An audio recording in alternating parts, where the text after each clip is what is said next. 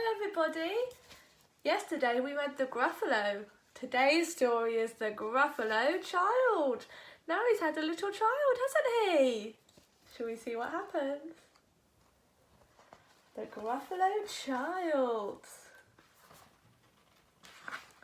The Gruffalo said that no Gruffalo should ever step foot in the deep dark woods. Why not? Why not? Because if you do, the big bad mouse will be after you. I met him once, said the Gruffalo. I met him a long, long time ago. What does he look like? Tell us, Dad. Is he terribly big and terribly bad? Oh. I can't quite remember, the Gruffalo said. Then he thought for a minute and scratched his head. The big bad mouse is terribly strong, and his scaly tail is terribly long. His eyes are like pools of terrible fire, and his terrible whiskers are tougher than wire. One snowy night, when the Gruffalo snored, the Gruffalo child was feeling bored. The Gruffalo child was feeling brave, so she tiptoed out of the Gruffalo cave. The snow fell fast and the wind blew wild. Into the wood went the Gruffalo child. A trail in the snow.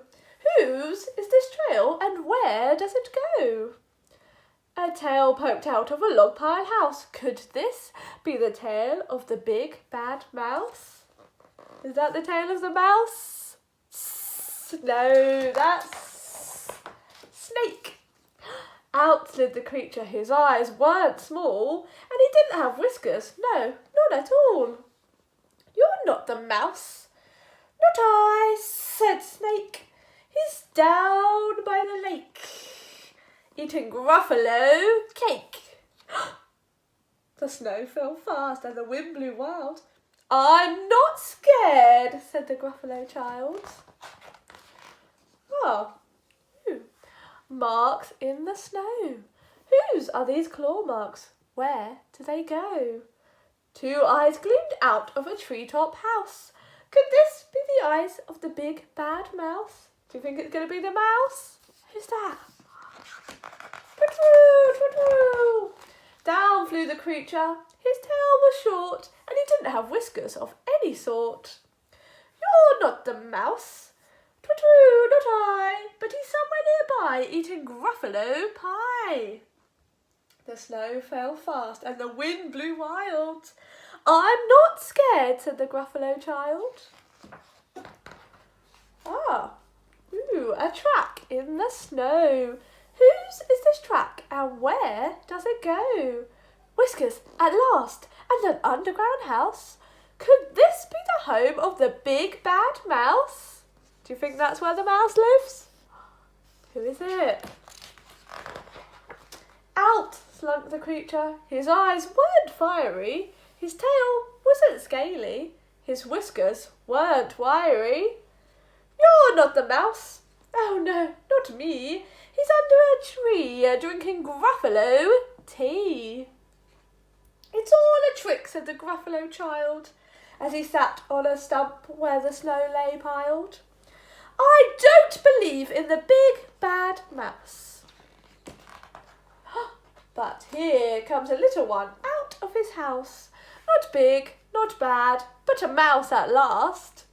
You'll taste good as a midnight feast. Oh, can you see the snowman? What snowman did he make? He made a little Gruffalo snowman. Wait, said the mouse.